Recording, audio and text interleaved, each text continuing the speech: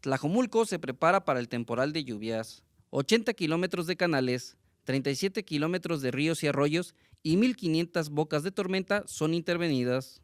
El gobierno municipal está realizando varios proyectos de infraestructura hidráulica dentro de su presupuesto de obra pública 2017, misma que su principal objetivo es mitigar las inundaciones de las zonas habitacionales. Son aproximadamente 60 personas las que participan en este operativo, entre operadores, choferes y auxiliares.